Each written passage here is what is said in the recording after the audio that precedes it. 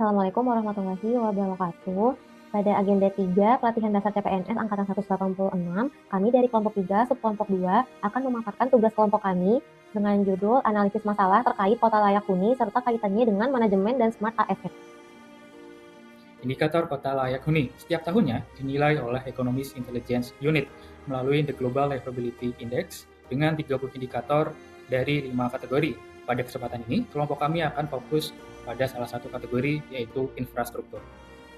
Lalu, bagaimana dengan Jakarta? Sebagai ibu kota negara, Jakarta merupakan kota paling padat di Indonesia dengan luas yang hanya 662 km persegi dengan penduduk mencapai 11 juta jiwa. Jakarta memiliki 3 isu atau tantangan terkait infrastruktur. Yang pertama adalah kurangnya integrasi antar moda transportasi umum. Isu yang kedua adalah kurang optimalnya ruang hijau fungsional. Dan isu yang ketiga yaitu kurang tersedianya perumahan layak huni dan terjangkau. Pada bagian ini kita akan menentukan satu isu prioritas dari 3 isu yang telah kita identifikasi sebelumnya. Berdasarkan hasil penapisan menggunakan metode APKL, isu yang terpilih adalah kurang optimalnya ruang hijau fungsional dengan skor mencapai 19. Baik, selanjutnya nama saya Neni Aisyah. Saya akan menjelaskan mengenai identifikasi penyebab isu utama. Di sini kita mencari penyebab isu utamanya itu menggunakan fishbone, di mana kepala fishbone-nya yaitu kurang optimalnya ruang hijau fungsional.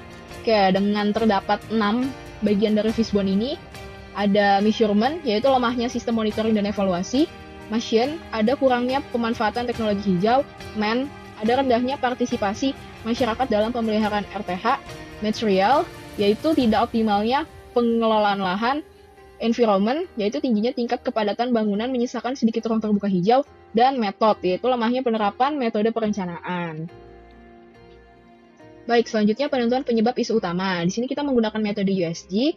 Terdapat 6 penyebab yang digunakan untuk menentukan isu utama, yaitu lemahnya sistem monitoring dan evaluasi, tidak optimalnya pengelolaan lahan, rendahnya partisipasi masyarakat dalam pemeliharaan RTH, kurangnya pemanfaatan teknologi hijau, tingginya tingkat kepadatan bangunan menyisakan sedikit ruang terbuka hijau, dan lemahnya penerapan metode perencanaan. Di sini kita menggunakan perankingan 1 sampai 5. Oke, berdasarkan analisis, di sini terdapat perankingan nomor 1 dengan total 14, yaitu pada kurangnya pemanfaatan teknologi hijau. Jadi, dari metode USG ini dapat disimpulkan penyebab isu utamanya yaitu kurangnya pemanfaatan teknologi hijau. Berikut merupakan beberapa alternatif solusi yang kami ajukan. Yang pertama, penerapan infrastruktur dan bangunan hijau, penggunaan material ramah lingkungan, dan pemanfaatan teknologi digital sensor. Lalu dari ketiga solusi alternatif, menggunakan metode McNamara, kami menentukan solusi prioritas, dan terpilihlah penggunaan material ramah lingkungan. Sehingga gagasan utama yang kami hasilkan ialah optimalnya ruang hijau fungsional melalui penggunaan material ramah lingkungan di DKI Jakarta. Perspektif smart ASN, optimalnya ruang hijau fungsional melalui penggunaan material ramah lingkungan di DKI Jakarta merupakan bagian dari kompetensi smart ASN yang adaptif, inovatif, dan berwawasan global. Dalam mendukung peningkatan area resapan air melalui ruang terbuka hijau atau RTH, Smart ASN berperan aktif dalam menginisiasi dan mengimplementasikan material ramah lingkungan sebagai solusi berkelanjutan permasalahan perkotaan yang menjadi salah satu upaya untuk mewujudkan kota Jakarta yang layak huni atau livable city. Selanjutnya, implementasi Smart ASN. Yang pertama, penyusunan standar teknis dan spesifikasi hijau. Smart ASN berkontribusi dalam penyusunan spesifikasi teknis dan rekomendasi penggunaan material ramah lingkungan pada fasilitas publik, taman kota, jalur pedestrian, dan area sekitar RTH. Yang kedua, pemanfaatan inovasi dan praktik terbaik atau best practice.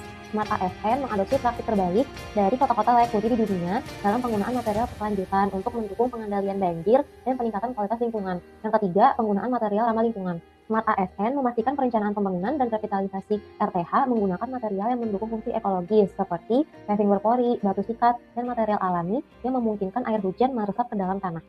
Keterkaitan ASN dalam mewujudkan optimalisasi ruang hijau fungsional dapat dilakukan sesuai dengan peran dan fungsi ASN, di mana peran ASN terdiri dari perencana, pelaksana, dan pengawas penyelenggara tugas. Dari peran perencana ASN dapat berperan menyusun standar teknis yang mewajibkan penggunaan permeable pavement di setiap proyek RTH baru, agar Jakarta memiliki daya serap air yang lebih baik. Di tahap pelaksana, ASN dapat memastikan setiap anggaran pembangunan RTH dieksekusi dengan material berkualitas tinggi yang ramah lingkungan, memastikan janji pelayanan publik yang terpenuhi. Kemudian, di pengawas penyelenggaraan, ASN dapat mengawasi penyelenggaraan kegiatan oleh pihak ketiga atau kontraktor pemerintah agar patuh terhadap penggunaan material ramah lingkungan, serta menggunakan data digital untuk memantau kualitas resapan air. Kemudian, keterkaitan ASN sesuai fungsinya yang pertama, yaitu sebagai pelaksana kebijakan publik. ASN perlu memastikan pembangunan ruang hijau fungsional tersebut sesuai standar spesifikasi yang sudah ditetapkan, yaitu dengan penggunaan material ramah lingkungan. Yang kedua, ASN sebagai pelayan publik dapat memberikan pelayanan kepada masyarakat dengan menyediakan lingkungan kota yang baik dan sesuai fungsinya. Dengan menggunakan material ramah lingkungan, ASN sedang memberikan pelayanan perlindungan kepada warganya dari resiko banjir dan kerugian ekonomi akibat genangan air. Yang ketiga, sebagai perekat dan pemersatu bangsa.